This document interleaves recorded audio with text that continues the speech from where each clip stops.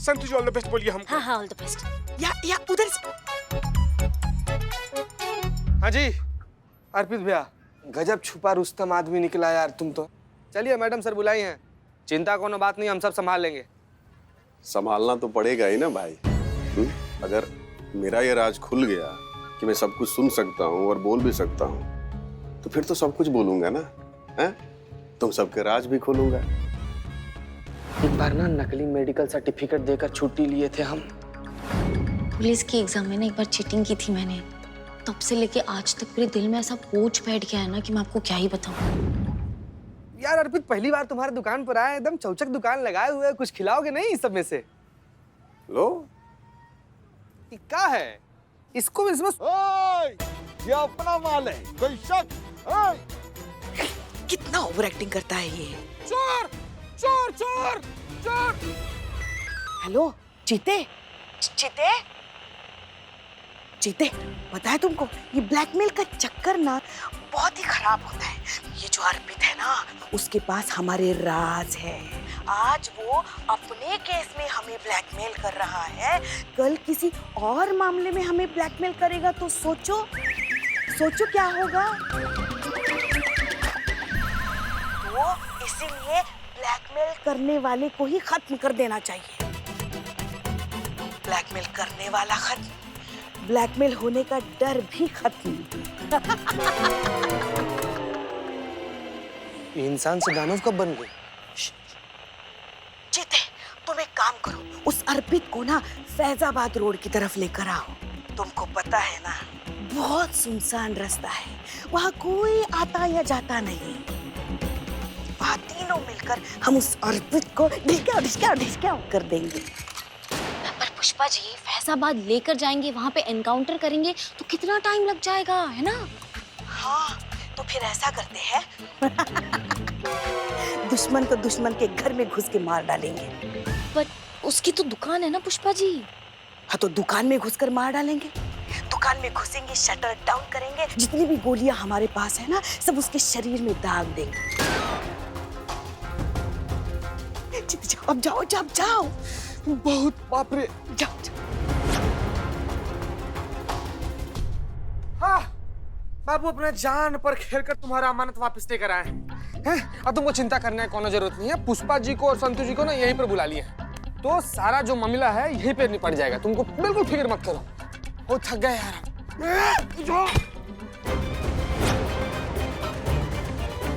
चीते, चीते, चीते, चीते, चीते, चीते, आंखें खोल चीते, उठ चीते। क्या तमाशा चल रहा है यहाँ पे? जाओ अपना काम करो, जाओ। काम धाम कुछ है नहीं। उठ आगे मुंह उठा के। संतु पानी लेकर आओ। पानी नहीं चाहिए पुष्पा जी, चीते की हालत देखिए आप। अरे हम चीते के लिए ही कह रहे हैं, पानी की छींटे मारो उसके चेहरे पे, उसको होश मिलाओ। हाँ, जगाओ उसको।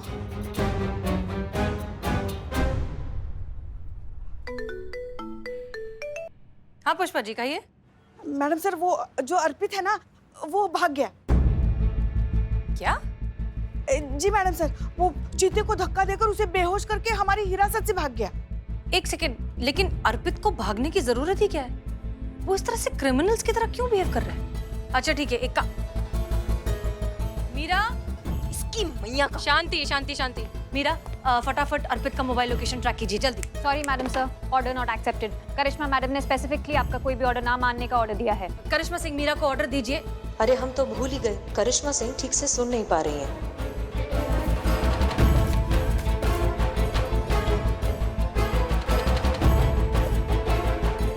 कमांड दे, क्या कमांड दे?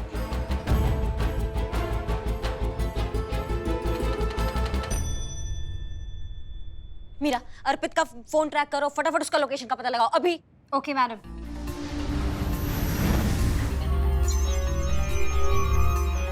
Suspect found 10 kilometres away, Faizabad road. Okay Fanta.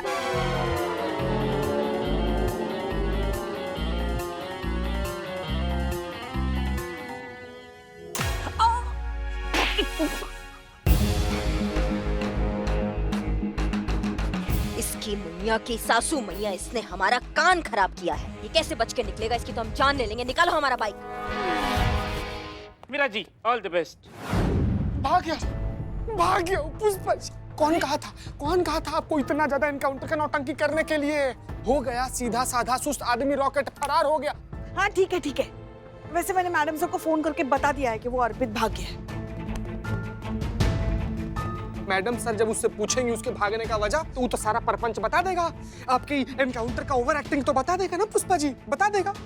Pushpa ji, कल की जाती आज ही हमारी नौकरी चली जाए ना, आपने मरवा दिया है, क्या करें अब?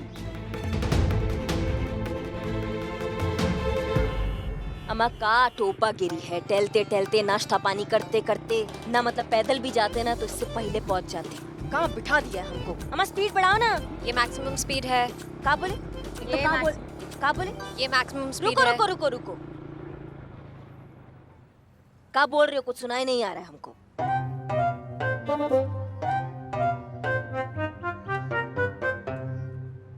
ये मैक्सिमम स्पीड है? यस। इसकी मैया की सासू मैया, ऐसे तो हम अगले जन्म में पहुंचेंगे। सारे कबाड़ ना हमारे पल्ले पड़े हैं, तुम भी और ये भी। Jain madam sir. जैन जल्दी गाड़ी में बैठिए, हमें अभी याद है कि इसकी स्पीड सिर्फ 20 की है।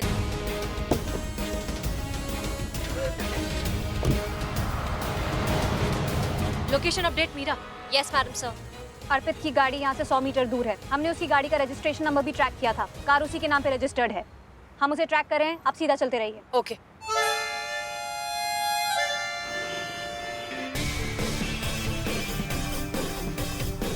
अर्पित हमारी तरफ ही आ रहा है मैडम सर। वो रहा अर्पित। वो अर्पित है? यस। उसको बोलो रुके, उसको बोलो गाड़ी रोके। मीरा, अर्पित रुको, अर्पित रुको, अर्पित गाड़ी रोको, अर्पित गाड़ी रोको। भाग क्यों रहे?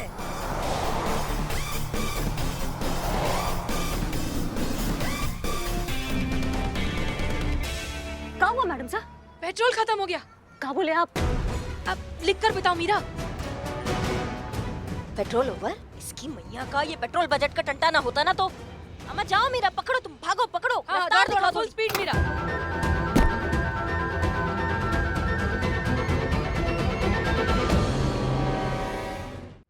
तो मिस्टर अर्पित, हम अच्छे से जानते हैं कि आप गूंगे बहरे नहीं हैं, इसलिए नाटक करना बंद कीजिए। हमारे पास इस बात का पक्का सबूत है कि तुम बोल भी सकते हो और सुन भी सकते हो। वो देखो ऐसा है भैया, तुम्हारे वजह से ना हमारे कान बंद हो गए हैं, हमें सुनाई नहीं आ रहा है कुछ भी। समझ रहे हो हमारी बात को? अगर तुमने आज सच नहीं बोला ना मार मारेंगे ना तुमको, कि तुम्हारी जो आगे आने वाली पीढ़ी है ना वो है करती हुई नजर आएगी। समझ रहे हो हमारी करिश्मा बात सिंह, शांत। अभी दूध का दूध और पानी का पानी हो जाएगा। हमने एक डॉक्टर को यहाँ बुलाया है जो आएंगे, तुम्हारा चेकअप करेंगे और साफ साफ पता चल जाएगा कि तुम कितने बड़े झूठे हो। आ गए डॉक्टर, आ गए डॉक्टर, आ गए डॉक्टर हियर। जिसके पीछे पड़ जाए उसके मुंह से निकले hi hi, I am willing specialist doctor Newton Einstein. क्या? कुछ नहीं है डॉक्टर साहब। Okay, come to the point. Treatment पे आते हैं। ट्रीटमेंट, मैं तुम्हारा ट्रीटमेंट करूंगा। तुम बहरे हो लेकिन मेरी दवा से तुम तंदुरुस्त हो जाओगे, तुम्हें सुनाई देगा। ये रहा।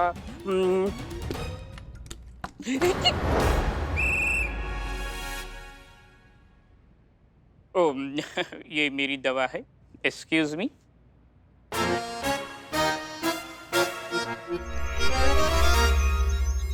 ये मेरी दवाई हो गई, अब आपकी दवाई की बारी।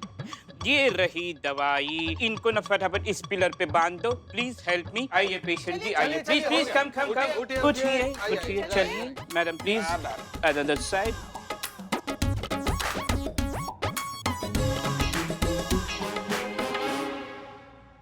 तो ये है दवाई, इसके 4-5 बूंद मैं तुम्हारे कांस में डाल दूंगा। कांस में?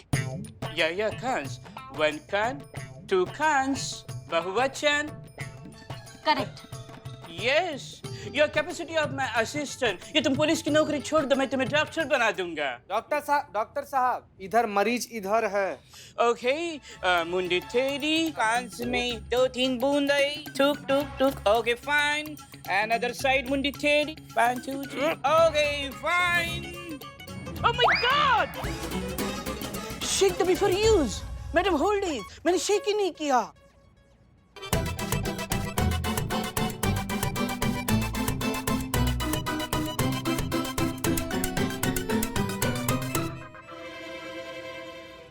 अरे वैसे डॉक्टर साहब ये कौन सी दवाई है, इसके बारे में पहले।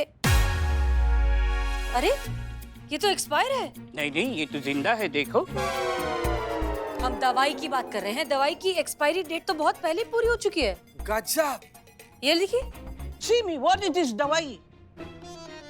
Oh my God! वाकई ये दवाई एक्सपायर है। Oh, I'm so sorry, but no problem. अगर इनमें सुनने की शक्ति होती तो ये एक्सपायरी दवा इनके कांस को डैमेज करती, लेकिन ये दवा एक्सपायर, इनके कांस एक्सपायर, तो एक्सपायर फिटूस।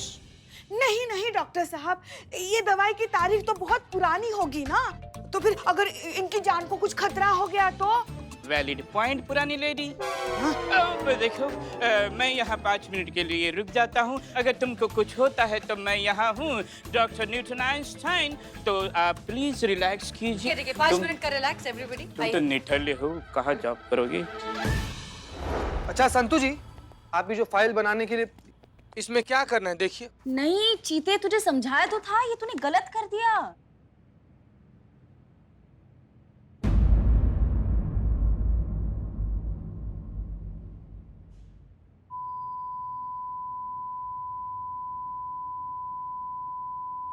ये क्या?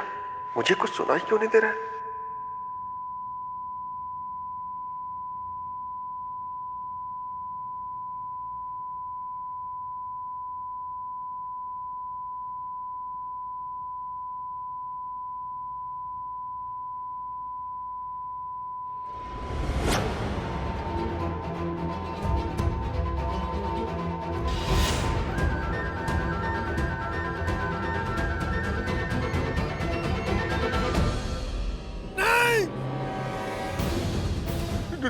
डॉक्टर साहब, मुझे कुछ सुनाई नहीं दे रहा है।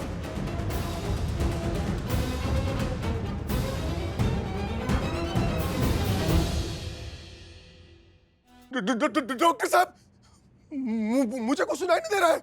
आप लोग क्या क्या क्या बोल रहे हैं? देखो ना प्लीज, क्या हो गया मेरे कानों को? पक्का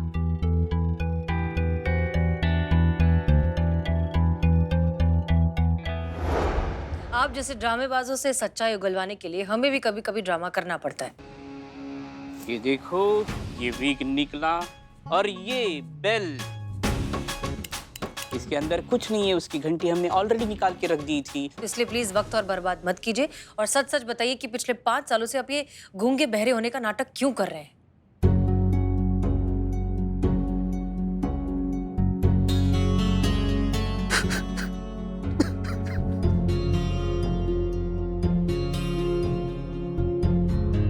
अरे आप तो रोने लग गए। लिसन, देखिए प्लीज, हमने कोई केस नहीं लगाया अभी आप पर, हम बस पूछ रहे हैं।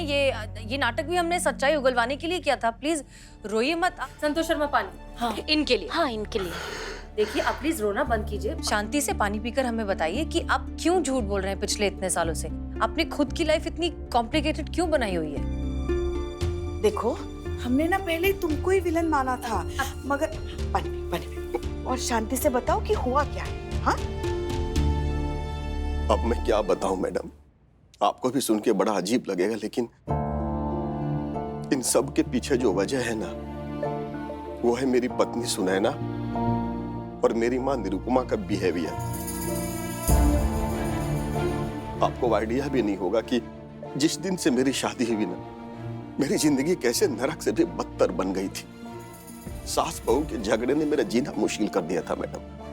नहीं मतलब, सास बहू के झगड़े हर घर में होते हैं। चलो 5 मिनट समझ में आता है, 10 मिनट समझ में आता है, लेकिन 24 घंटे हर वक्त जब देखो तब ताने, चीखना, चिल्लाना, बहस, सामान पटकना। ऐसा लगता था मैडम जैसे मेरा दिमाग ना फट जाएगा। मेरी हालत ना चक्की के 2 पाटों के बीच में फंसे उस बेचारे गेहूं की तरह थी, जो बस पिस रहा था, घिस रहा था, और ये ना उन दोनों को बिल्कुल भी नहीं दिख रहा था। समझ में नहीं आ रहा था कि मैं करूं तो क्या करूं। मां को छोड़ नहीं सकता था, बीवी को तलाक नहीं देना चाहता था। डिप्रेशन इस कदर मेरे ऊपर हावी हो गया था ना मैडम कि मैंने आत्महत्या करने की भी कोशिश की, लेकिन हिम्मत ने जवाब दे दिया मैडम। तब तक हार के मैंने ये गूंगा बहरा होने का रास्ता निकाला। हम अच्छे से समझ गए कि तुम पर क्या बीत रही है। हमने भी तुम्हारी पत्नी और तुम्हारी माँ को लड़ते हुए देखा है। सच में बहुत बुरी तरह झगड़ते हैं दोनों। एक बार जब लड़ना शुरू हो जाते हैं तो भूल जाते हैं कि वो कहाँ हैं, क्या कर रहे हैं, किसके सामने बोल रहे हैं और उनके इस तरह के झगड़ा करने से किसको कितना नुकसान पहुंच सकता है। हम तुम्हारा दर्द बहुत अच्छे से समझते हैं, लेकिन अर्पित, हमें नहीं लगता कि इस तरह का कॉम्प्रोमाइज या इस तरह की कॉम्प्लिकेटेड सिचुएशन तुम्हारी इस प्रॉब्लम का परमानेंट सोल्यूशन है। ये कभी ना कभी तो बात बाहर आनी ही थी। तो कैसे हल होगी मैडम? मैं सब करके देख चुका हूँ। एक्चुअली ये प्रॉब्लम तुम्हारी है नहीं, तुम्हारी माँ और तुम्हारी बीवी को समझाना होगा कि इस तरह के लड़ाई झगड़े से वो खुद को, अपने आसपास वालों को कितना नुकसान पहुंचा सकती है, कितना कुछ खो सकती है। कोई फायदा नहीं होगा मैडम जी, वो लोग नहीं सुनने वाले। हमारी सुनेंगे, क्योंकि हम अपने तरीके से उन्हें समझाएंगे।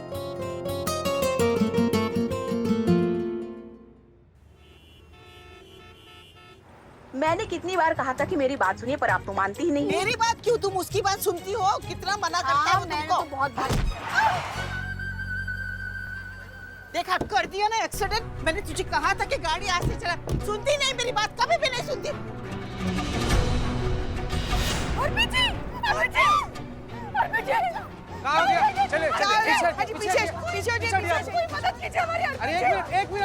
हॉस्पिटल लेके चलो।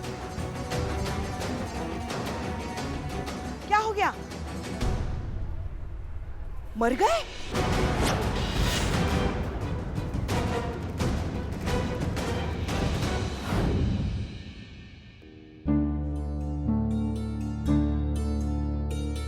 तो कैसा लग रहा है उस इंसान की जान लेकर जो आपकी जिंदगी का सबसे अहम हिस्सा था? हमने उन्हें नहीं मारा मैडम। कानून की नजर में उन्हें किडनैप आप ही ने किया था और आप ही की गाड़ी के नीचे आके उनकी मौत हुई है, तो जिम्मेदार आप ही हैं। मैडम, मैडम हमें फांसी पर चढ़ा दीजिए। हम इसी लायक है मैडम, इसी लायक। अब बेटा ही नहीं रहा तो हम जी कर क्या करेंगे? मुझे नहीं जीना। अर्पित जी के बगैर मेरी जिंदगी का क्या मतलब? मुझे भी फांसी पे चढ़ा दीजिए। आप लोगों को फांसी चढ़ाकर क्या होगा? जिसे जाना था वो तो चला गया। और वैसे भी आपका बेटा और आपका पति आज थोड़ी ना मरा है, वो तो बहुत पहले ही मर चुका था। रोज मर रहा था, थोड़ा थोड़ा। जानती हैं क्यों? आप दोनों की वजह से, आप दोनों के झगड़े की वजह से, आप दोनों की रोज रोज की किचकिच से परेशान हो चुका था अर्पित। आप दोनों तो ये भी नहीं जानती कि कुछ सालों पहले अर्पित ने अपनी ही जान देने की कोशिश की थी। जी हाँ, और अगर उस वक्त वो कामयाब हो जाता तो वो तो बहुत पहले ही मर जाता ना। बेचारा अर्पित करता तो क्या करता? पत्नी की साइड लेता तो माँ नाराज, माँ की साइड लेता तो पत्नी नाराज, दोनों की साइड नहीं लेता तो दोनों नाराज। इस अशांति से परेशान होकर 5 साल पहले अर्पित ने सीढ़ियों से गिरने का और फिर अपने डॉक्टर दोस्त से खुद को गूंगा और बहरा डिक्लेयर करवाने का नाटक किया। माँ का अहंकार उसका बेटा होता है। अब बेटा ही नहीं रहा तो फिर किस बात का अहंकार? ये बात उसके जाने के बाद हमारे समझ में आई है मैडम। एक मौका मिल जाए बस, सब कुछ पहले जैसे ठीक करने का। बस एक मौका मिल जाए। समझो, मिल गया मौका।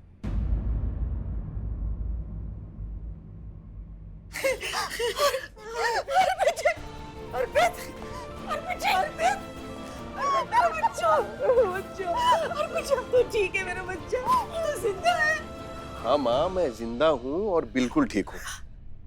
और ये सब मैंने मैडम के कहने पे किया। बेटा हमें माफ कर दे, हमें माफ कर दे। मैं बहू को भी कुछ भी नहीं बोलूंगी। हम अच्छी तरह से पहले की तरह रहेंगे। मुझे माफ कर दे मेरे बच्चे, मुझे माफ कर दे। मुझे भी माफ कर दीजिए। आपके खोने के एहसास ने एहसास कराया कि आपसे ज्यादा कीमती और जरूरी तो हमारे लिए कुछ भी नहीं। आपको खोकर क्या रह जाएगा हमारे पास? बस यही एहसास दिलाना चाहते थे हम चाहते थे कि आपको ये समझ में आ जाए कि जिस घर की औरतें अपने अहंकार में लड़ाई झगड़ा करती हैं, क्लेश करती हैं, उस घर के मर्द रोज तिल तिल मरते हैं। और फिर ये फ्रस्ट्रेशन या तो वर्क प्लेस पर निकलता है, या सड़क पर, या नशे की आदत में, या फिर आस पड़ोस में। जो भी मैटर है, जो भी प्रॉब्लम है, उसे बात करके सुलझाया जा सकता है। तो बात कीजिए, अपने घर में खुशहाली लाइए, पॉजिटिविटी लाइए, तभी तो आपके घर के लोग बाहर जाकर पॉजिटिविटी फैलाएंगे। तजुर्बा कहता है हमारा, इंसान की लड़ाई बस यही है कि जिंदगी के पंजों से हर रोज अपने हिस्से की मुस्कुराहट छीन लाना। खुश रहिए और खुश रखिए, यही सही तरीका है जिंदगी जीने का। अब से यही होगा मैडम, और शुक्रिया ये सबक सिखाने के लिए। मैडम, आपने और आपकी टीम ने जो हमारे लिए किया है उसके लिए ये तो बनता है।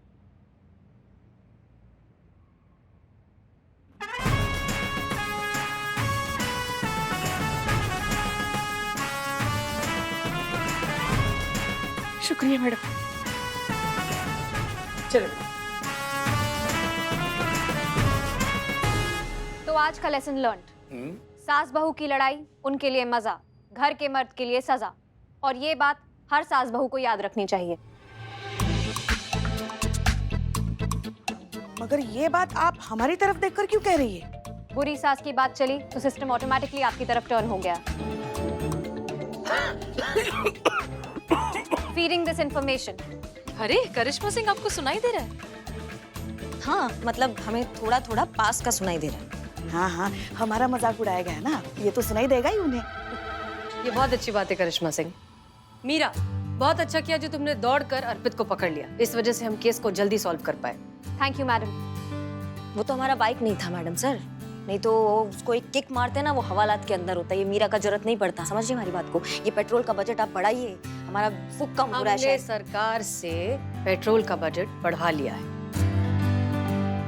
वैसे भी आप अपने जंगी जहाज पर ही ज्यादा सूट करती हैं, सो आज से आप अपनी बाइक ही ले जाइए।